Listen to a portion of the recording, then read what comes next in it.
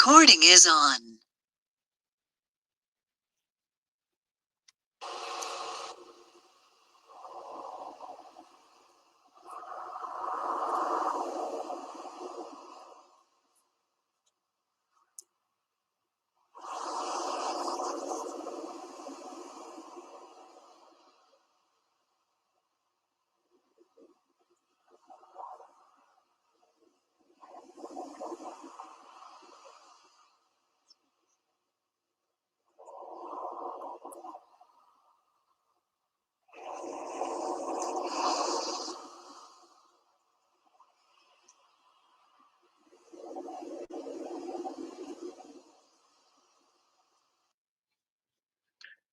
Hello, everyone. Today is Sunday, April the 17th. This is the meeting number 105. I posted on Reddit some suggestions for the topics today, but there can be plenty of other topics because there's no shortage of subjects to talk about at the moment between us. Just to start, I wanted to say that I have given a personal contact, my daughter actually, to one of the Extinctionati, actually two, because that's going to be an Irish one too. So in case I disappear or I'm offline or something happens to me, that there is somebody of the group can get in touch with my daughter, for example. That's my taken. So I was thinking that I hope everybody has one person or two in the Extinctionati that they know enough to give them maybe one contact. So if ever one of us is not around for a long time and we want to have news, we can have a contact, that way. Gary, do you want to say anything now before, or anyone else before we I don't know what we start with? Yeah, I was looking at your suggestion for the topic. I didn't reread it fully. You're basically on the topic of truth and specifically regarding that R.D. Lang video, although not necessary to watch it.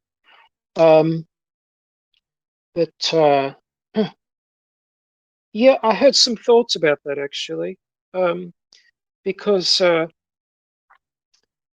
that video he described a couple of patients of his who had some rather amazing secrets that they were keeping from their families. In one case, there was a woman who had two children by somebody other than her husband, and never told her children or husband about it at all. But the concealed the information totally. And then the other example was a similar case in which case the woman did tell the child and husband that it was somebody else's child, and he was just discussing the sort of what the consequences were. That obviously they could be different in different circumstances. But I was actually wondering, Sophie, transferring the whole discussion about truth over into the situation globally, socially, that we're in now, where we're not being told the truth about a lot of things, and a lot of people are waking up to this for the first time in a serious way. Certainly a lot of people involved with awareness of climate change or doomerism and this kind of thing. We've become very accustomed to sifting through the mainstream narrative to try and work out what the story really is instead of what we're really being told. But the I think it's probably going to be necessary to distinguish between uh, lying deliberately and propaganda and simply not telling the complete truth but only telling part of it, or misrepresenting it or manipulating it. Um, in a way, thinking back to R.D. Laing and about those women who didn't tell their family what had really happened, in a way they weren't really lying. They just weren't telling something. They were just concealing something. So I suppose there's this kind of collection of things, um, concealment, lying, partial truths, uh, leading information, misinformation, all these terms that they're using now, malinformation.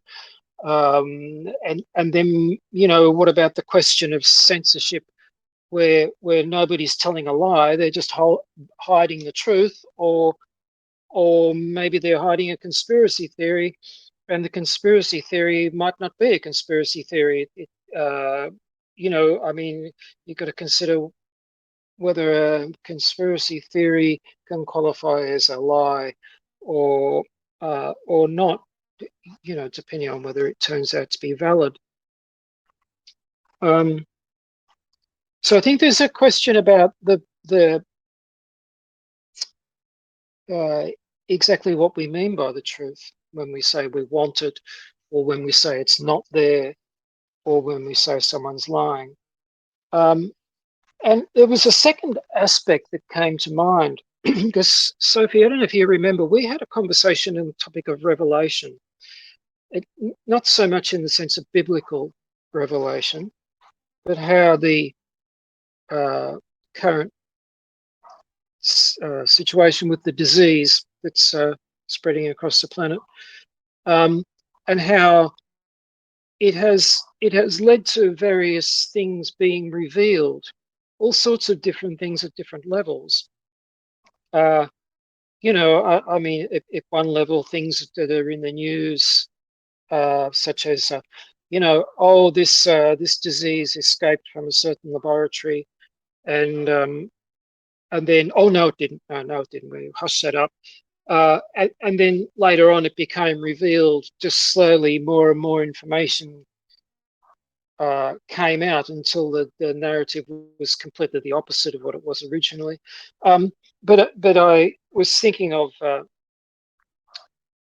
um, revelation at all sorts of those levels, because people have been put in awkward circumstances, and we were talking about in England, where due to the difference in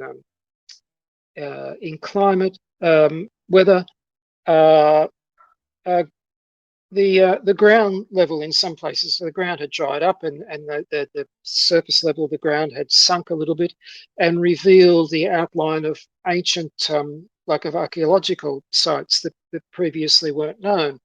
And so things were being revealed physically. And then there was, I think the case I told you about, it's only a small matter, but it gives you an impression.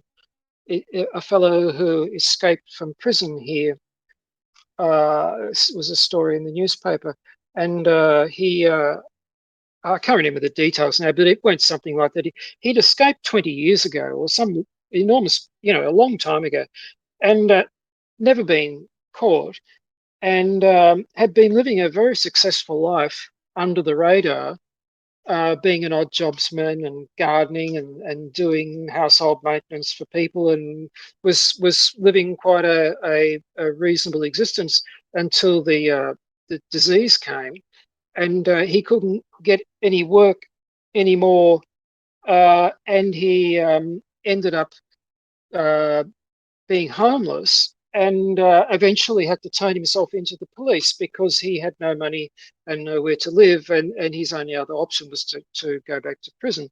And it was interesting how the disease had put him into a circumstance that revealed something that was hidden in his life. So you're getting these uncoverings of things going on at all different levels.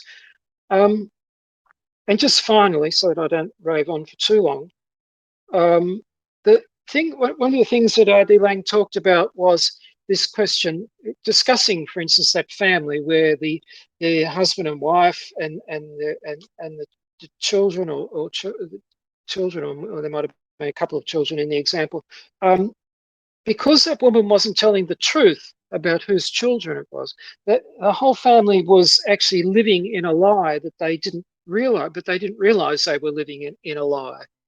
Um, and when you look at our social situation now, um, that we've got sort of dominant narratives in the society that we live in, and a lot of them are starting to crumble at the moment, and exposing the fact that that the society we live in has been maintaining certain illusions about the true nature of itself, and we've been living in a lie inside the society we're living in, and this is the truth is in some ways is starting to come out.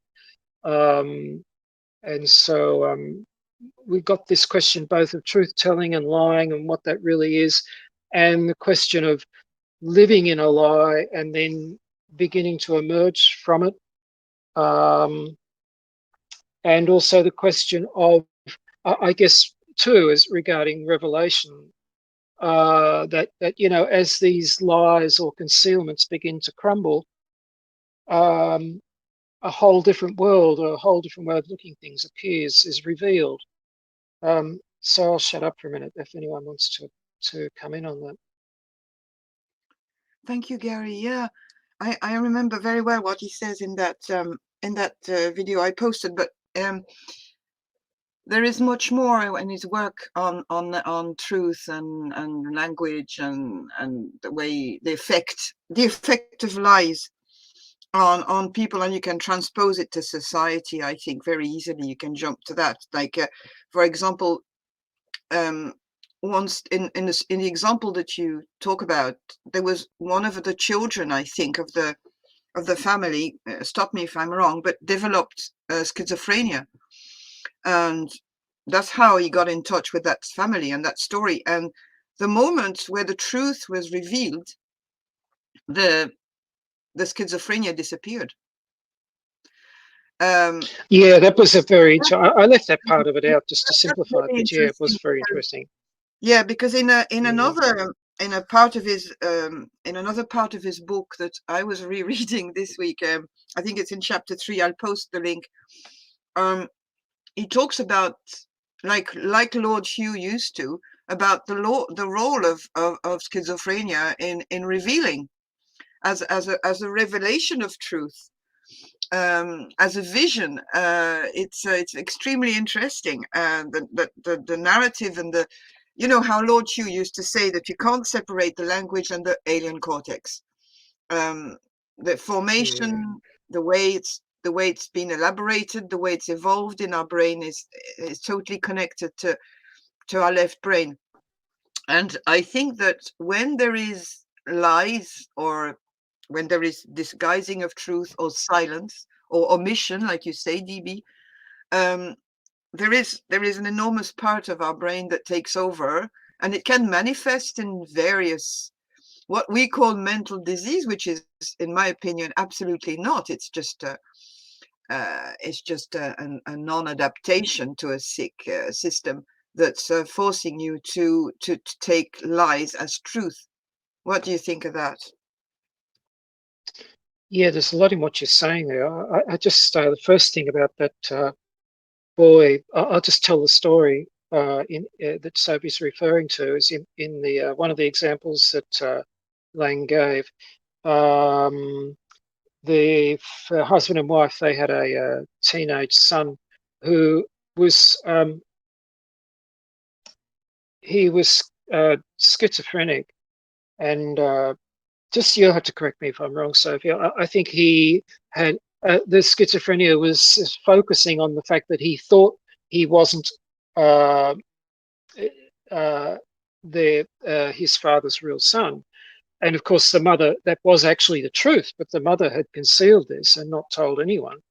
Um, and she was still intending to conceal this fact because uh, she felt that he was probably going to be schizophrenic anyway, whether she told him the truth or not. But in the end, she did reveal the truth, and the son's schizophrenia disappeared. In which case, telling the truth was a healing process. So that's an interesting way of looking at it. Um, and the only other thing was just what you said there about language and the alien cortex. That My impression has always been that um, you could almost say that language, the alien cortex, is language. Um, the whole little collection of language, thought and language that is what it is what the alien cortex is. Um, so yeah, I'll just leave it at that just for the moment. Um, Oh, yeah, I think that's exactly right, Gary, because if you think about it, the alien cortex has, built this culture pretty much out of language, and it's just like scaffolding on top of nature, and it's superfluous mm, nature. And then, unfortunately, with civilization, the scaffolding, this map, is now destroying and burning up the terrain, the real terrain that is. yeah, yeah. Actually, what you reminded me of is something. Uh, it's a little bit off topic, but there's something in it. Um, Sometimes when you're looking at a particular topic, you have to look a little bit outside of it to make sense. You know what you're just saying, that to most people, thought and the burning up of the terrain literally don't seem to be connected, but they are. And I was thinking of that video of Sabina Hossenfelder, the one on green nuclear power that was posted just recently. And she was sort of describing how nuclear power stations, or making a case that they're probably greener than people think they are. Uh, but what and I thought to myself, well, look, it's a bit like transgender issues and veganism, as you can argue with people about it until you're black in the face, and nobody will ever agree, and everybody's got the perfect counter argument, and that kind of, doesn't matter what you say, somebody's got a counter argument that's just perfect. Um, but in the case of the nuclear thing, that you can just leave the nuclear argument alone and don't even bother trying to discuss it with anyone about whether it's Well, good, bad, or I indifferent. I have Uh, a yeah, with go the on. nuclear plan, or with the nuclear Mm. argument, you can settle it like this: does the Mm. ecosystem benefit from a nuclear power plant? Fuck no.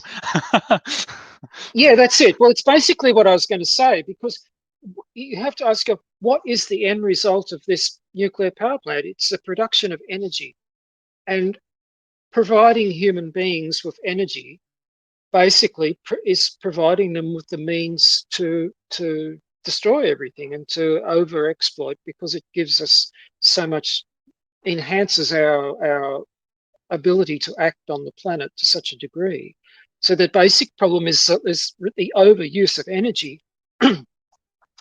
probably more than where the energy is actually coming from itself.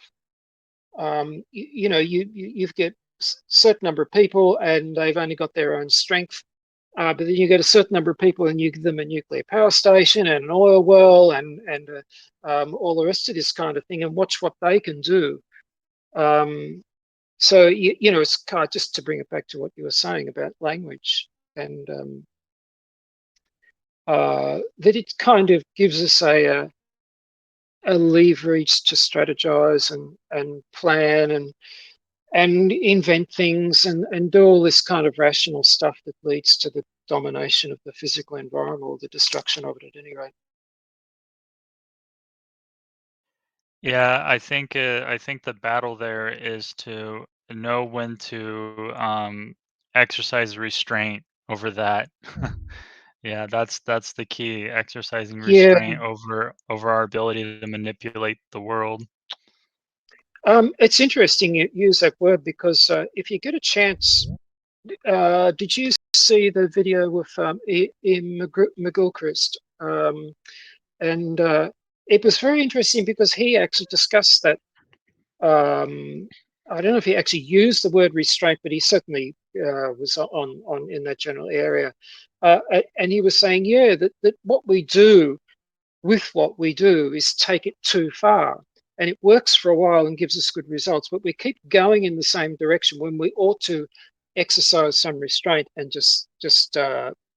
um, not keep pursuing a thing, assuming that more and more and more gives us more and more and more improvement. Because he said it doesn't.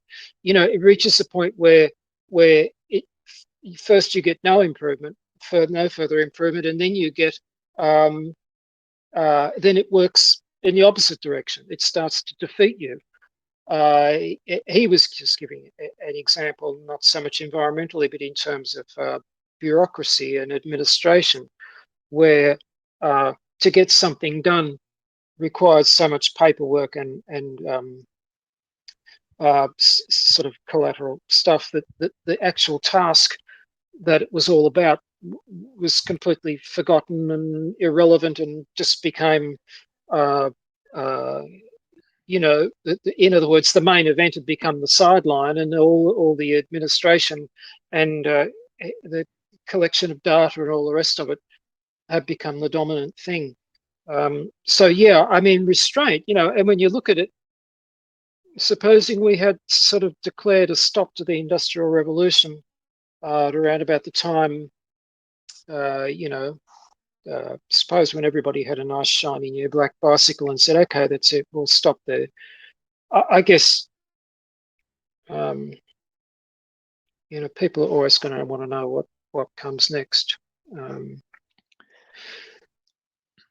Yeah, I guess at the moment, one of the things I love in that video that he said is he said that like the left brain is completely linear, and then like the right brain reminds you because right brain mental space is curved, and it like reminds the linear thinking left brain that space time is curved, mental space time is curved.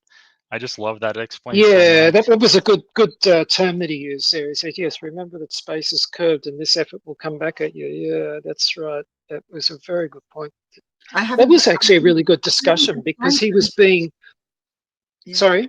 I haven't had time to listen to that video, and I make a point of listening to it today because I really It was like particularly good.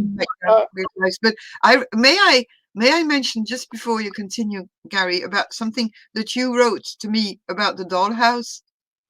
Can I read it? I have it here. Oh, the dollhouse. Yeah, sorry. Because Yeah, go you on. Yeah. wrote to me. You said you were talking about language, and you said, I'm thinking of what we've done. It's like building a little dollhouse inside the house and calling it language and moving in to the dollhouse and taking it to be our real house and looking out the tiny windows, seeing a fragment of outside and trying to describe and understand the world from that limited perspective.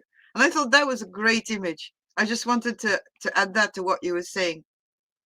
It sounds better when you read it back. um, yeah, yeah. Because I think what was coming out of the discussion, the discussions about language, uh, was that it limits your limits of thought and your limits of we limit our we limit ourselves to the limits of language. Um, and I can't give a very sophisticated discussion about this at all, but I know that the philosopher Ludwig Wittgenstein went into this. It was a concern of his, actually. For anyone who really wants to go down that rabbit hole, there's, he was very much involved with the discussion of, that your world and what you can conceive and all the rest of it um, can only extend as far as your language. Um, but of course, I guess he was talking from the point of view of somebody who was thoroughly embedded in their alien cortex. And, for people who are free of that or freer of that, they would probably argue with him that they've got a very expanded world by comparison to people who are living within their thoughts and conceptions all the time. Can I just say that I don't know if this is something everybody has, but for me anyway, when I'm thinking creatively, or problem solving and stuff, then I think without language. And if someone was to knock on my door and ask about what I just thought, then I would have to translate it into language, not into English or Norwegian or Danish, but to language.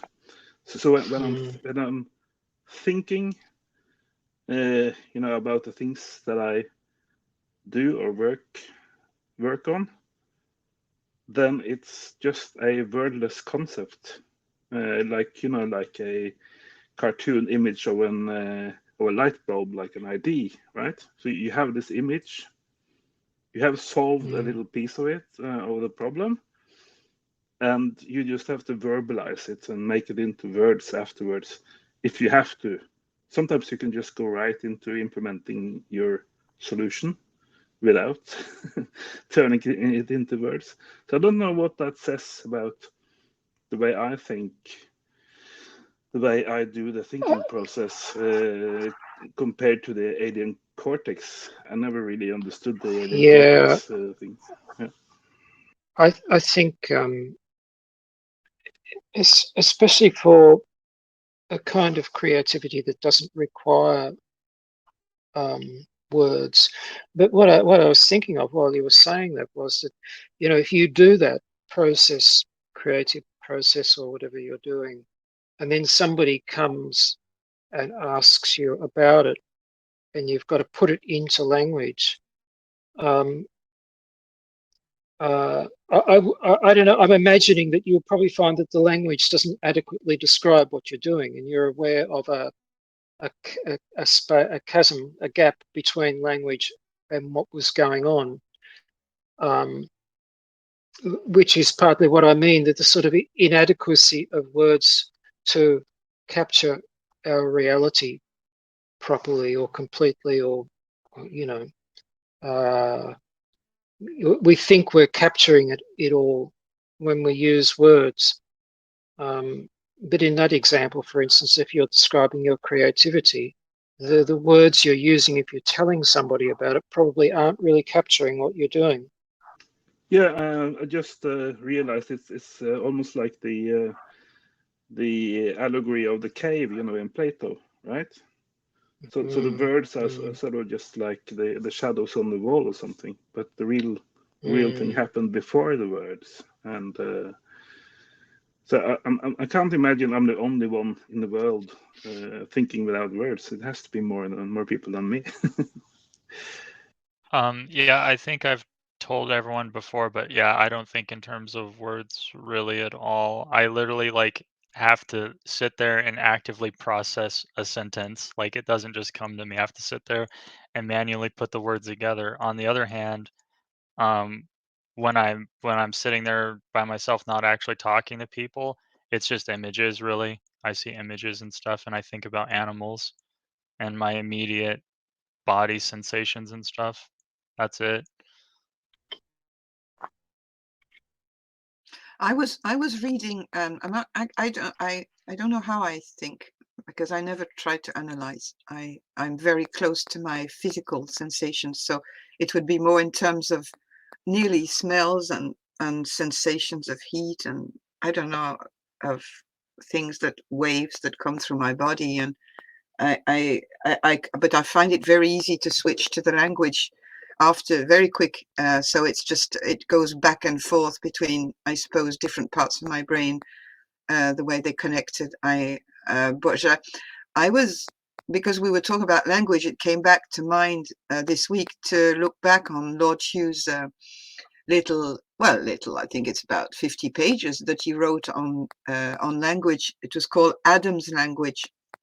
And I don't know how to post a PDF to Reddit, so I can send it by email if you want. Anybody wants to send me a message, I can send it by email.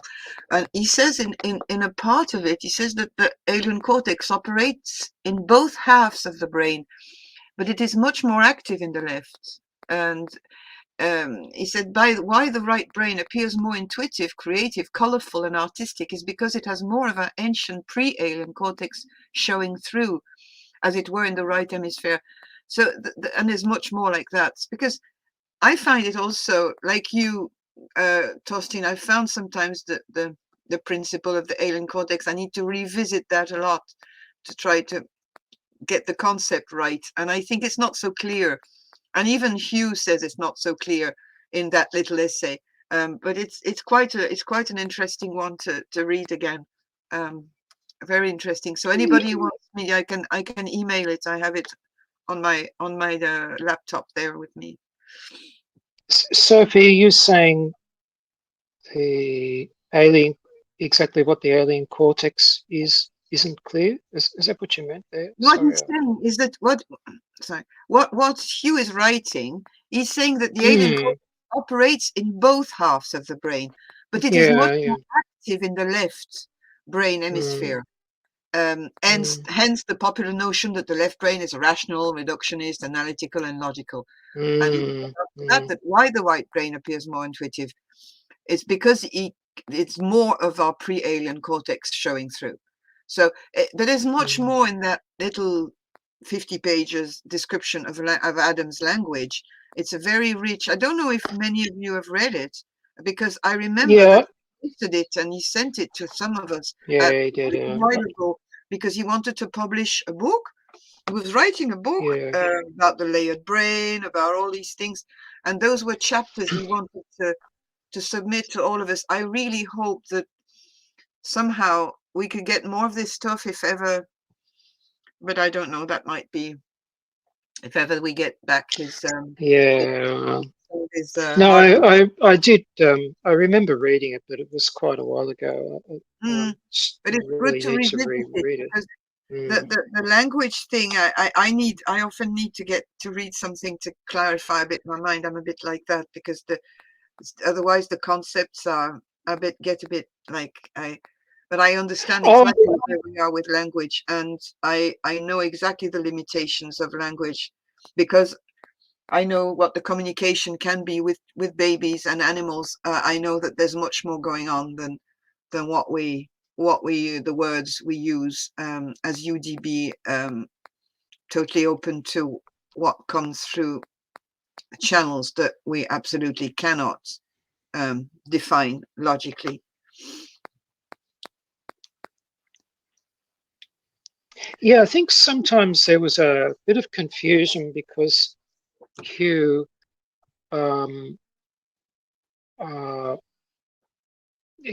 Hugh sort of seemed to think that the alien cortex was physically a physical section of the neocortex, I guess, of the brain, and well, I mean, I can't argue. I really don't know, but I felt that it was more a what I said earlier, that it simply is what results from language and thought. Just personally, I've never seen it as being a particular physical part of the brain. It's just the outcome of our ability to use language, and especially at whatever stage when we started to be able to talk to ourselves, to actually, think, have a voice inside your head, so to speak. That's, because it was when we would have experienced a division in ourselves.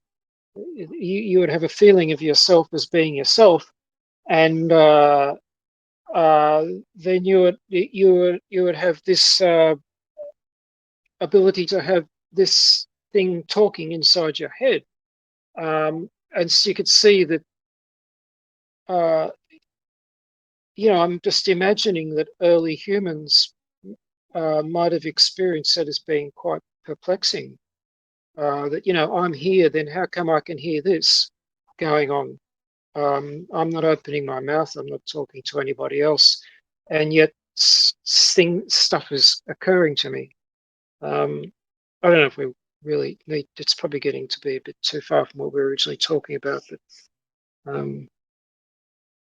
I don't know if you want to try and bring it back more towards the topic, Sophie, towards truth and lies and concealment Well, and all that kind of thing. before we move back onto that, maybe something I say could be useful.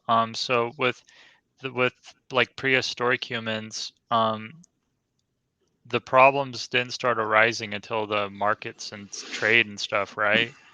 Because doing the trade and the markets and religion and all that, I think that really started divorcing, language and immediate experience into like abstraction, because you have to do a lot of mental calculating to do trade, right? Like we even have computers for it nowadays to do it. So because Hugh even said that like the marketplace and trade is what brewed up the alien cortex and caused all these problems. So um I think like prehistoric humans, before trade really took off and started building civilization, it probably wasn't a huge issue for them until that way of life started overtaking the hunting and the gathering. Yeah, what you just reminded me of too was the question, and I think Hugh might have actually written about this in that article, but I can't remember, was that language makes deceiving people cheap and easy because you just do it with the sound that you make. You don't have to do anything physical. And of course, it's just mentioning like trade in the marketplace where you can see once you're into that realm of counting and calculating and storing and all the rest of it, that there's a lot more possibilities for deception and concealment Yeah, also going on there. yeah, like even think about advertisements, like how are those not Yeah, lies? And then yeah. let's see what else. Oh yeah, there's this book. I'll put it on my camera and I'll show you this book. I recommend everyone read this. Let me see. So Mm. I'll hold this book up here. Against History, Against Leviathan. So it's this book by Freddie Oh, yeah. Perlman. Um, so one of the things he says in some of the opening chapters in this book is that trade makes people enemies. So back in the Mm, like prehistoric ages, like if a group of people had something that another group of people wanted, like a tribe had something that someone from another tribe wanted, they'd meet at a place and they'd have to trade on the spot. They'd go with armed people and stuff, and they'd trade and they'd leave. So it was a really antagonistic thing. And so you can even see mm, that with commerce, like foreign trade is all about enslaving people. So he mm, says straight up, like in like the second chapter of this book, that trade makes enemies out of people, and gifts are what make friends. And then it takes off from there. Yeah, it's really good. um, yeah, well, I mean, I just thinking of the whole situation with the gas supply to Europe. Um, that this is trade, and it's now being sort of weaponized. Um, uh, so Can I, it's can I add something about what we were talking about language the other day with you, Gary? And we talked about the fact of the aspect of connection first. I'd say that's like Hugh wrote that. I think he said that probably language originated in singing, and I think the primal role of language was probably connection, um, just connection. We had the ability with our vocal cords and the way our larynx is designed um, to make certain sounds, like some other animals make other sounds. And I profoundly think that it started with singing, whether it was mothers singing to their babies, or sexual partners singing to each other, or any sort of other things. As you say, DB, this got organized and evolved, probably gradually, but probably fantastically fast when trade and agriculture and religion appeared, because you needed for concepts that were alien completely to the primitive, or not so primitive, way of living. You needed to establish something much more complex. But yeah, I was thinking of the importance of the role of connectedness in language, and we need to go back to this role. And the other role that you are talking about, Gary, is the conveying of lies, and the conveying of truth, and the conveying of fake truth, and all the things we know about. Anybody wants to elaborate? Because Yeah, I would like to. First, a comment to what was the first use of language, and I'm getting to the lies later on. I think the lies were pretty early on, but I think in a realistic view of our prehistory, I think that the setting around the campfire is probably the first language arena, or the first arena where you needed language. Maybe as simple as can you pass me the butter, or pass me another piece of meat or something, things that people do every day in their daily lives. And then also like planning the next hunt or fishing trip, or planning the next day, whatever you're going to do as a hunter gatherer.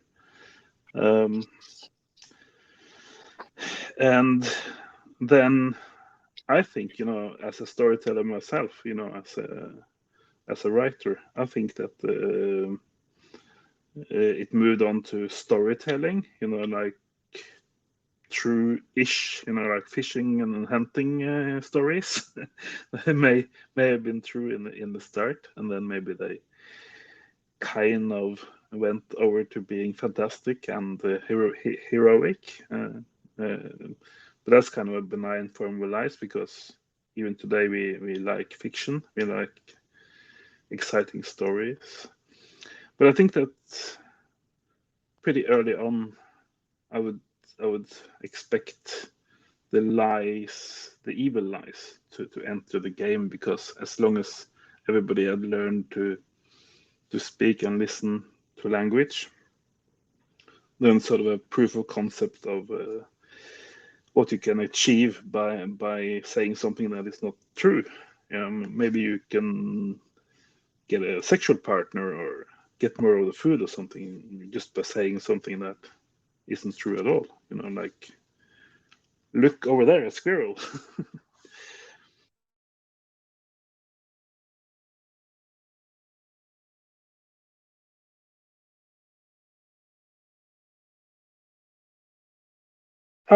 Yeah, I just wanted to ask you, something came to mind, is, for instance, when you're writing,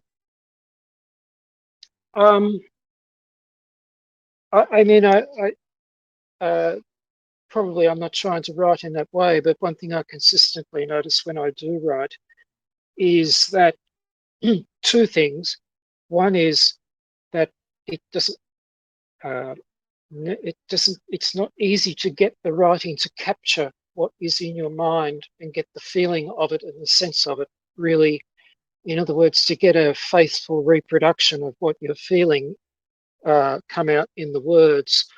And also the other thing is that almost as soon as you start to write words, they can take on a life of their own, and you end up expressing something that is, it's as though the words begin to dictate what you're saying more than yourself.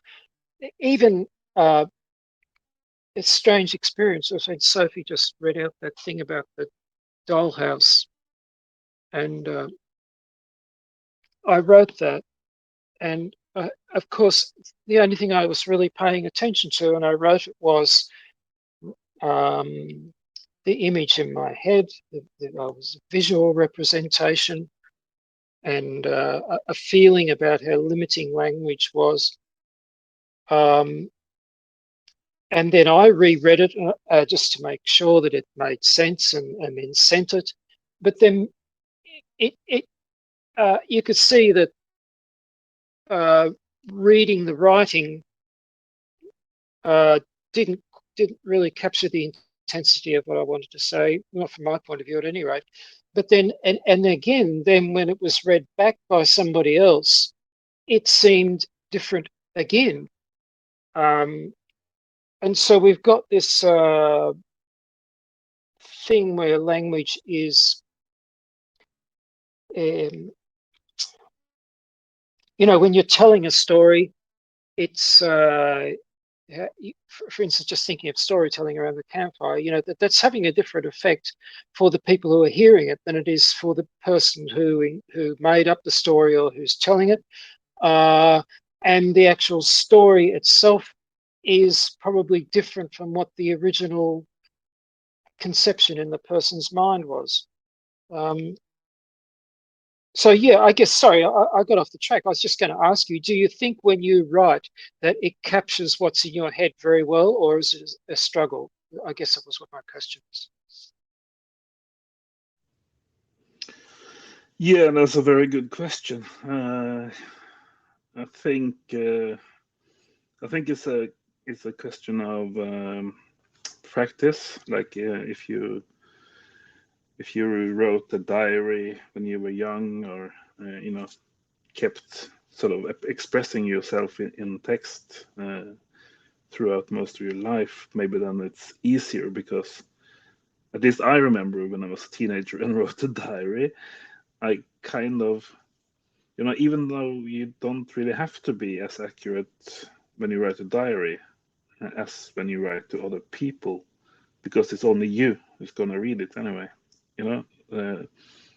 For myself, or for my own challenge, I tried to be very accurate when I wrote a diary,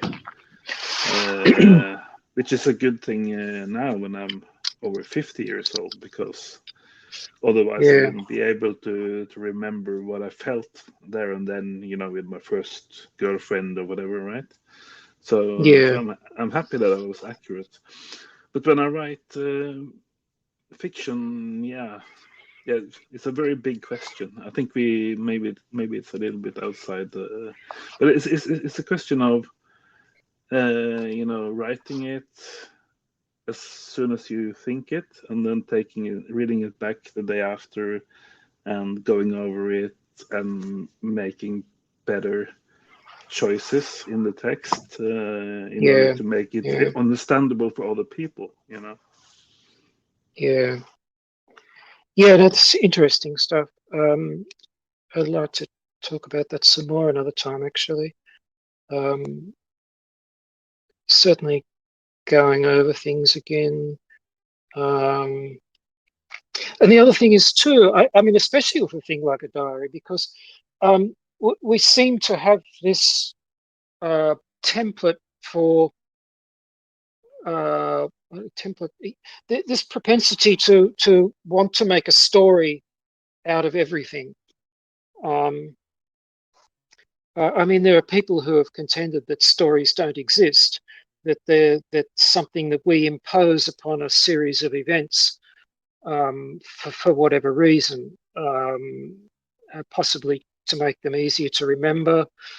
If you make a story out of a series of events that aren't very closely connected, it ties them together in such a way that you could probably remember all of the details uh, as part of a story, but you wouldn't remember them as a set of separated facts in a list.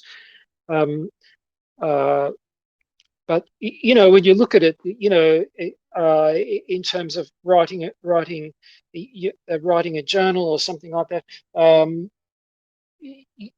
I certainly reached a stage where I thought to myself, but this is just stuff that happens and it doesn't necessarily make a story. But and then when I'm writing it like this and read it back,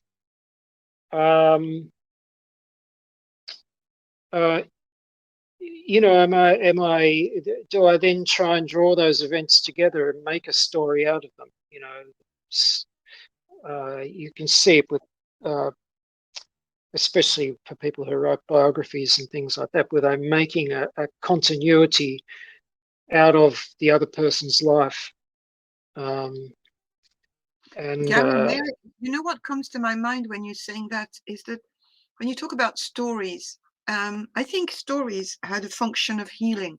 And I think that around the fire, our ancestors were probably telling stories to conjure certain elements of fear and other things, even, you know, all sorts of problems occurring, and that the healing power of stories was enormous. Actually, it probably translated into theatre later on.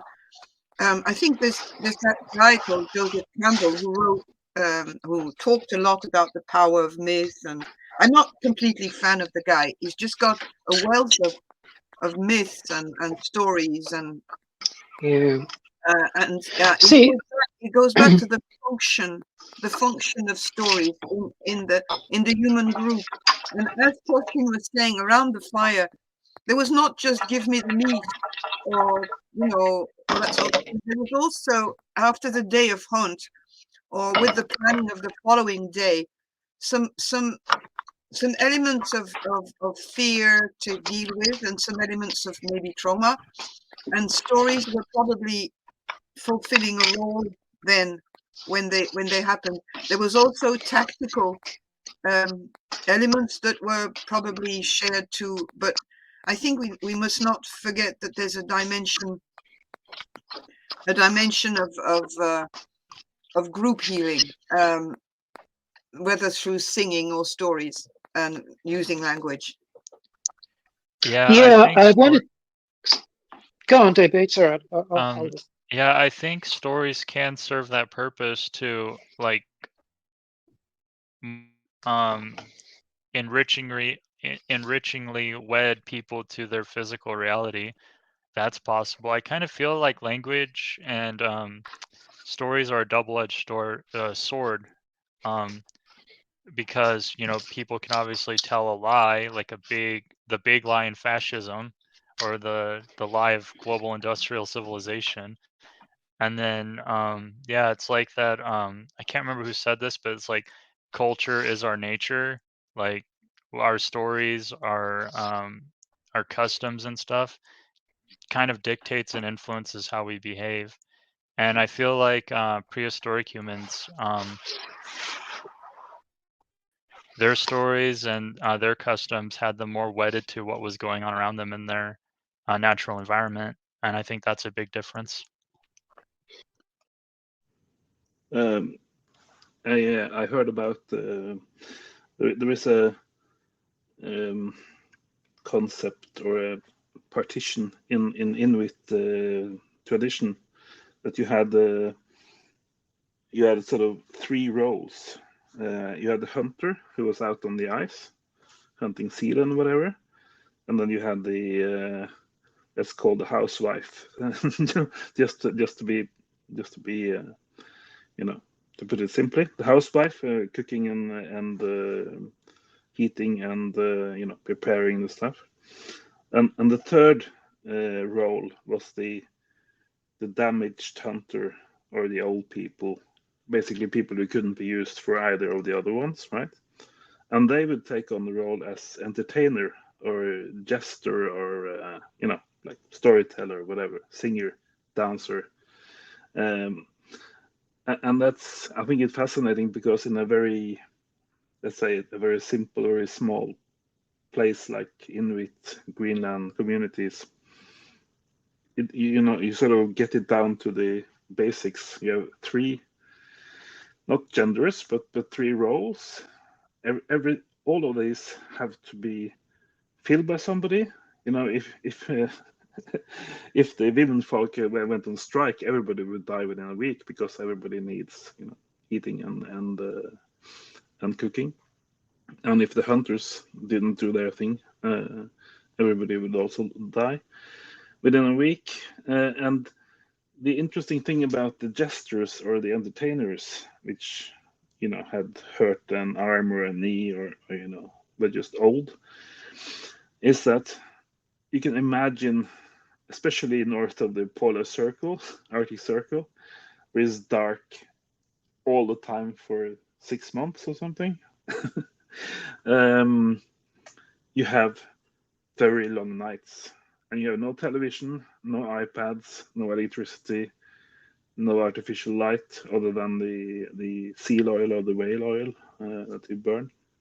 So you have to have the cookers and the hunters, but you also have, equally important, the people who make you simply tolerate existence, and that is the storytellers and the singers and dancers and the people who can entertain you when the day is over and it's still like 6 or 8 hours before you're going to sleep. What are you going to do? Yeah. Wow, that's interesting. Thank you. I I was think thinking about the storytelling and the music and the dancing are very, very important in the language, and the function that you describe is probably the original function of it. And I was talking about the healing of stories. I think that's what I meant around the fire, is that, and the night was coming a long time ago, and wherever in the world the night was dark, and the fears and the dangers were coming out, and the stories and the music and the banging and whatever dancing was going on was also um, filling that function of healing, protecting, soothing. Yeah. Sophie, do you remember what Hugh said? I got a feeling back when we were talking about Paul Kingsnorth, I think I made a comment about how he was trying to present a new story for a new time. I wish I could remember what Hugh said. He actually wasn't in agreement. And I don't know if you've got any kind of recollection of that part of our conversation or not. Oh, Not was it the one where Hugh talked about how Kingsnorth said the story has something to do with a guy leaving the village, but then the guy leaving the village and arriving at the village is the same person? Is that the one you mean? No, it wasn't so much a specific story. I think the point I was trying to make was that Kingsnorth was trying to give us a new myth for a new time. And I think Hugh hit back at the whole idea, but I can't recapture what his reasoning was in doing that. we can revisit the meetings, because they were in December, Yeah, and they're very recent. So you could have yeah, a look at those meetings, because he was quite he analyzed Paul quite a lot yeah. in a few meetings. There was only about 3 or 4 where he really went deep into his work. I also remember telling you, Gary, not long ago, about Paul Kingsnorth's book called Savage Gods, where, as a writer, he starts to ask himself the question of the validity of words. And it's an essay. It's a short book. It's more than an essay. Yeah, about that, about what we're talking about, basically. He was not yet on the path where we diverged very much. He was struggling. He was struggling with expression. He was struggling with words, and he was calling them savage gods. It's a good little book. I've looked at it again when I talked about it with you. I can't summarize it here, really. You want to read it to see the writer, how a writer can suddenly realize that what he's doing is nearly impossible. And maybe that's Yeah, where the cracks appeared in Paul. That's when he had, I mean, when he hit that road of religion. I think he went into a kind of a cul-de-sac there as the writer. Yeah, there's things where words are totally redundant. Like there was in this story I love so much, Black Fox Running, there was a part where a character was grieving over some loss, and they started to talk about it, but then the talk sort of tapered off really quick, and then the author said that they traversed into areas where words were redundant. Because the pain, of that loss was all like the characters are all empathizing with the pain of that loss, and so there's nothing more to say.